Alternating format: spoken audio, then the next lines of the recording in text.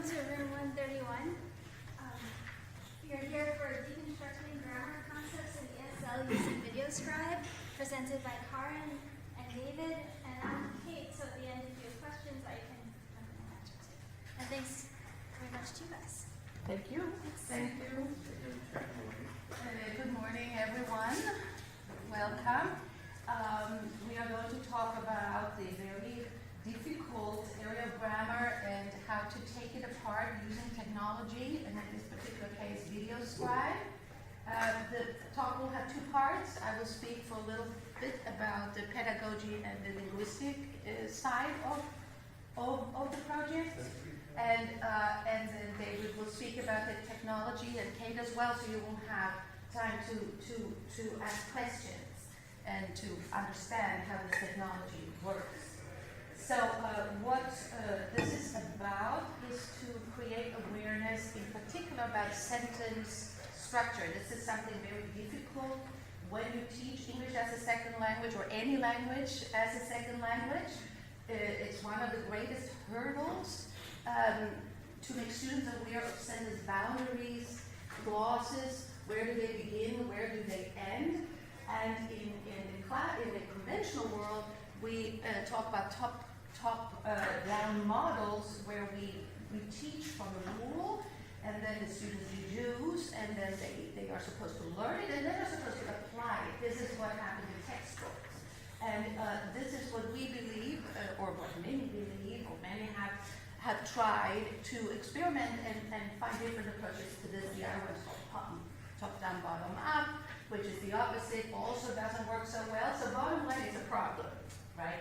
So now, the problem is exactly that it usually creates an uneven level of application, more than uneven. There's a big discrepancy what they read and what then is on the paper or when they speak. There's what we call a disconnect between input and output. And then it is the paper challenge. So now, multimodal literacy is something that we have started talking about a lot in the past 15 years or so, which is the idea that students are becoming more and more multimodal in their ways of expressing themselves. The question is, how much do we respond to this really? What do we know about it? Are we really aware of this? And what can we do to utilize this new form of literacy? I'll show you later some references that are important and interesting, and how this is being written about in research. And now, using this particular technology that has voice, images, and moving images, we see it as a form of creating mental models. You create mental models of the grammar. Rather than when you read, you process the words. Here you create a mental model of something that you take in different ways. And we'll see what that is in a minute. So, what does it do? We think it stimulates working memory in different ways. So when you read, your working memory, there's three memories. There's short-term memory, there's long-term memory, there's working memory. Working memory is what you use consistently when during intake of any content. So when you read, you store it for seconds in working memory. What can that working memory do? That's the matter of your brain, right? So now when you use different media, that working memory will take in different types there will be different inputs, simply. So this is what is interesting about it. How does that work for the student? How will we find out? That is a different question, and I'll talk about that a little later. So it happens simultaneously. This is important. So voice, images, work simultaneously, and the words, there are written words also. So there's three different modes that are in the working memory of the person who is taking this in. We'll see what the students said about that. Okay, so now the questions here that we brought up before doing this is how can we take this grammar and make it relevant to the students? So the idea of that is to embed it in the idea of communication. What is communication at all? So when you read a dry rule, Okay, I have to read this rule. What does it mean? So you embed it in communication. You talk about communication to the students. What is it? What is involved in communication? And who's the sender? Who is the receiver? What happens when we send a message between the sender and the receiver? And what is it that I have to think about being the sender? Because this is what is in the application. You are the sender. You are the one who has to send the message. And what happens on the other end? So what is encoding, decoding? What constitutes a meaningful message? So now we'll say, what does that have to do with sentences? And we'll see what that means. So then in that process of back and forth, everybody's negotiating meaning. That happens between anybody who is either speaking or writing. When we take in language, we are negotiating meaning consistently. We do it at different levels. We do it semantically, and we do it at the surface level, which is the grammar. It's complex. Then there's content on top of that, right? Facts. Okay, so now in terms of sentence structure, what are the building blocks? This is the nitty-gritty of this. So what exactly are the building blocks, and how can we make students aware of what those building blocks are? So this is when it comes to the analytical part of the sentence. What makes up a sentence? What makes up a clause? This is what's very hard for students to understand, because we use language.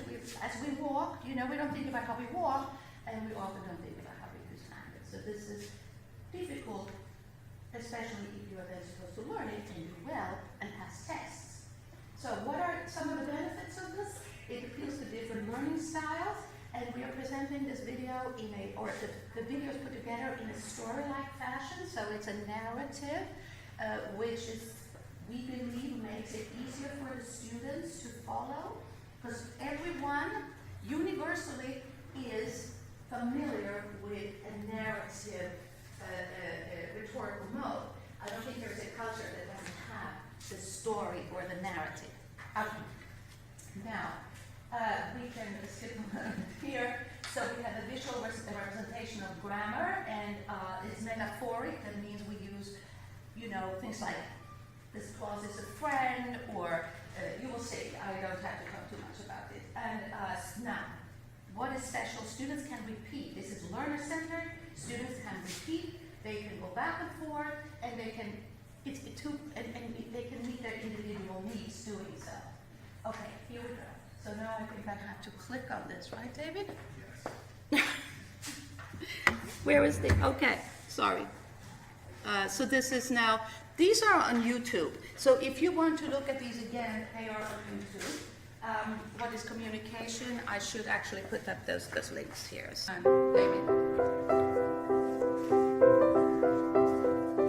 all communication is about conveying a message. To do this, we need language. The message can be information, opinion, argument, a warning, etc. And it can be written or spoken.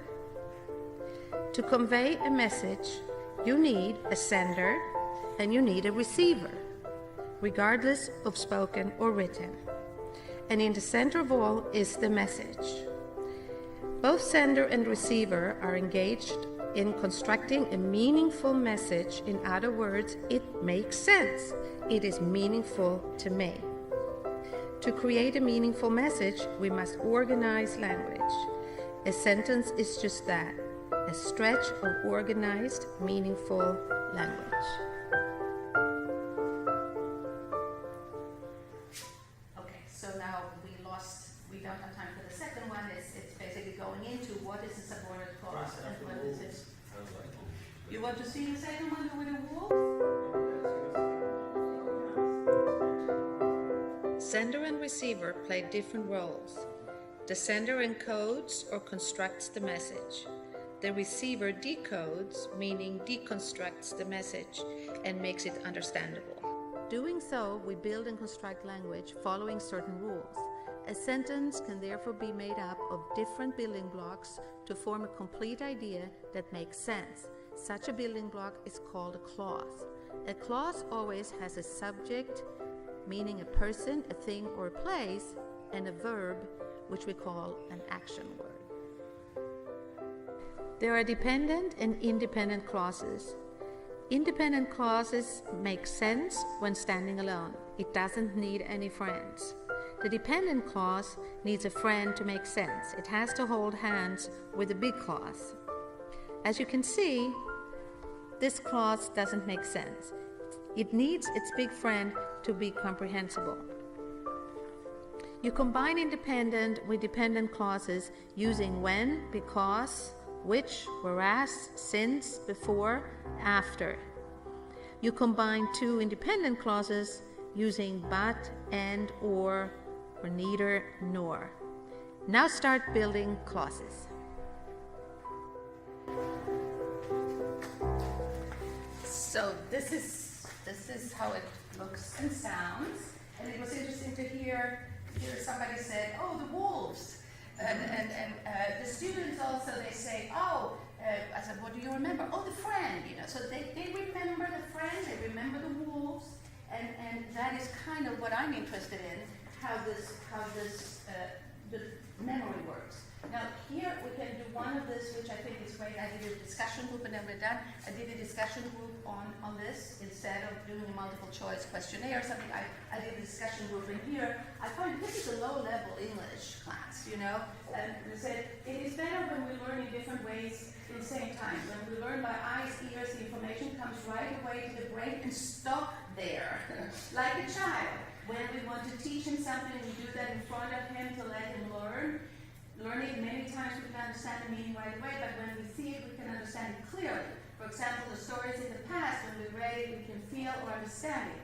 But when we watch a movie about the real feel, we can feel it. So in my opinion, or what I like it to learn by listening and watching videos about talking. So this is an interesting idea of summing it up. So thank you very much. Now David will talk a little bit about the technology. Good morning, everyone. I'm David. I'm an instructional designer at Hostos. And I'm going to talk a little bit briefly about the tools that we use to create this. So good news, you do not have to be a professional animator to create something like this. And this picture represents what type of setup we had. You can actually do this with just a laptop. Most laptops in the past 10 years will be perfectly fine for this. Something newer would be a little bit better. But we also used a blue microphone, similar to the one in that picture. We used a blue microphone just to capture the voice a little bit better. You can use the laptop's built-in microphone, but it's better to have a dedicated microphone just for that higher audio quality. So it's actually a two-step process. First, we wrote a script and we recorded the audio for it, and we used a program called Audacity. Now Audacity it's an open source program, which means it's free and it's openly developed, and it's available for both Windows and Mac, and it looks something like this. And not to be too intimidated by it, there are more advanced features. You can use something like this to edit music or audio for video productions. But all we're really doing here is we're hitting the record button, we're recording. If you make mistakes, you can pause, you can continue, and you get a little waveform, which represents the sound. And from here, you can zoom in, zoom out, select the waveform as if you were selecting text in Microsoft Word, and you can delete what you don't want. You can combine different clips together. So if you can cut and paste text, you can cut and paste audio. It's pretty similar. And from here, what we did was we used this and we exported the sound file as an MP3. Now the good thing about it, of course, it's available for Windows and Mac. It's open source, and because it's open source, you don't have to worry about any licensing issues. You can just download it, install it on your computer, and use it right away. And that's the website for it. And there's also really good documentation, really good online support. It's been around for quite some time. And some best practices for recording the audio: obviously you want to be in a quiet room, and it's always good to have a script. And you don't need to worry about stutters or mistakes because you can edit all of that out. One thing that was not in that picture earlier was a mouse. You definitely want a mouse. It helps to edit the audio, even though you can zoom in. And the actual whiteboard animation software we use is VideoScribe. So VideoScribe, there is a 7-day free trial, but it is a subscription-based service. Now it's really easy to use. You don't have to be like a Hollywood editor to use it. It's designed for people like us, educators, and there's a small learning curve, but it's something that with a little bit of practice, pretty much anyone can learn. And this is how VideoScribe looks like. Well, these are some of the features of it. You can bring in your images and text. We use Google image search to find most of those images. We just turned on the filter for Creative Commons. So we're making sure we don't run into any copyright issues. We're using open source images and images in the Creative Commons. And we just add the text. The little pen animation where it writes everything out, that's all done in the program.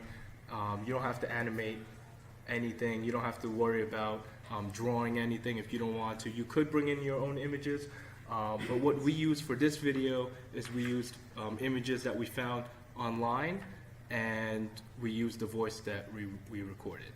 And we actually now, we have a few minutes in the end for any questions. Okay. I'll briefly show the references in the literature I talked about. Lisa? Okay. How did you determine sort of the scope of what you were going to do? Like, it seems like you were presenting a very specific thing. I mean, did you struggle with that, or how did you sort of decide was it the length of the video, or the concept, or what was that? Right, and I think it was a little bit of a give and take. So I came with a script. We decided we were going to, I came with a script, and we looked at the script, and then the ones who are in the know, they saw this works in terms of time, you know. So I don't think I cut anything actually from that. I actually had put down what would I like to teach the students in this sequence of looking at communication sentence clause. I don't think I had a problem with that. It's sort of matched what they could do with it. You know, this is my question, yeah? Yeah, I think we wanted to also just not have videos that were more than 1.5 to 2 minutes long. So we tried recording, I think it took a couple of recording scripts, like a couple tries, to figure out like exactly how much you could fit in about 1 minute or 1.5 minutes. But it didn't minimize what I had intended to do, you know? Yeah, it seemed like there was a lot of content, and it was just the right length. I mean, it seemed Yeah, like it's interesting. It's interesting. This just worked out, you know, so. It could be another situation where it wouldn't, but it did, yeah. So. First of all, thank you. It's excellent because it's, the initial information about how students learn is basically the battle what I'm telling my students at the first class. It's great. It works fine. The question I have, technical question basically.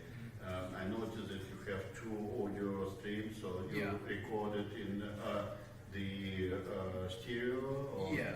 So Audacity, those 2 streams are actually almost identical. It's just the left and right because it's recorded in stereo. Right, but that was my question. You recorded in stereo? Yeah, we recorded in stereo. So when you select it, it's actually going to select both of them. So for that feature in that program, it's more for like music production, where if you wanted to edit the individual left and right, you could do that. But for our purpose, we just treat it like it's one stream. Oh, okay. Yeah. So you recorded in stereo, but basically. Right, yeah. Got it. Thank you. I have a question, actually, a question and comment. The question is a little bit technical. So VideoScribe gives you the opportunity to kind of synchronize the images with what is being said, right? So that Right. everything fits together, and that's one of the features of VideoScribe. Yes. Now, VideoScribe actually, it has a built-in voice recorder also, but the only thing is with their voice recorder, we can't edit it. So what we did was we recorded the audio, and then we imported it into VideoScribe, and from there we synced up the animations with the audio. So the audio was the starting point, because it's easier to change the timings of the animation and to go back and change the audio. And that's actually to follow up on that. Can you do the same thing in PowerPoint? In PowerPoint, there are recording features available also, but those would be on a per slide basis. So you can record when a certain slide comes up, there's a button for them to click, and then you have a small narrative for that slide. I don't I think get in the latest PowerPoint you can do the whole animation on the slide and then export it as a MP4 file. Can you get the background music though on a narrated like track in PowerPoint and then add that? That part I'm Because not too part sure of about. part of the part was also getting the background music. Yeah, That all comes to the Yeah. learning curve, right? Yeah. Struggle to learn another program with it. Yes. Yeah. And the comments I said I was gonna make, when I first came to the United States, I worked at a master's degree at the University of University. I knew a little bit of English, and the English I learned in the Dominican Republic was like very academic English, I would say. Like we as a second language learner, we learned that, for example, it's a rule to use the auxiliary verb. Do you speak English? Do you know how to drive? But when I came to the United States, I found myself like a little bit confused because people spoke to me, like not using those rules. And basically my comment is, do you have like videos like addressing that, like what's happening in real, following grammar rules and then. That's a very, very tough call, because if we would teach it that way, in every class we would say, look, everybody is using wrong English. That is not a very positive pedagogy. Like you come in and say, what everybody here does is wrong, because what happens is that we have students, there is a distinction in language acquisition, second language acquisition, it's called non-directed and directed language learning. So our students, many of our students, have come here and they have not had the formal language learning instruction. They have not had the formal language instruction. So they come with whatever they come with. It's not that they don't know any English. When you have somebody who comes from Japan and never was exposed to English, that's a different way of learning. That's the directed language learning. So they have the non-directed. And then we basically have to take that apart and we have to present what is correct. But if we consistently would just say everything we hear now is wrong, but we'll tell you what's right, that would be difficult to do. So, but this is a very, very difficult part of what we're doing. So it's not that somebody's learning from scratch, they come with something, and often it is not following the rules. But in that type of teaching is what I mentioned before, the top-down, okay, here's a rule, now you learn it, and then you will apply. Most of the time that hasn't happened with our student population. So that's why we think that this is a way of utilizing different modes, different ways of different skills that the students bring today anyway, because they have these different skills now, and it does appeal to them. Some students said, there were 2 students and they happened to be the weak students. This was very interesting. They said, the weakest students, they said, well, I like the book. So that was kind of, because I asked them, is this different from the book? And there were 2 who said, no, I actually prefer the book. So it's not just that they grab this and say this. The ones who are more able, they took to it in a different way. So that was, in some ways the opposite of what one would think, right? Here, just so for those who are interested, the 2 last ones here, that is very dry language acquisition, linguistic stuff. If you are in that area, this is a very good theory here, language processing. But this here is for, I think everybody can get into this. So this is with the press. He is, if you Google him, you'll find 3 books that are current. And he's very much the one who has coined this whole idea of multimodal literacy. It's interesting for anybody who is teaching today. Yeah. Thank you. Thank you very much.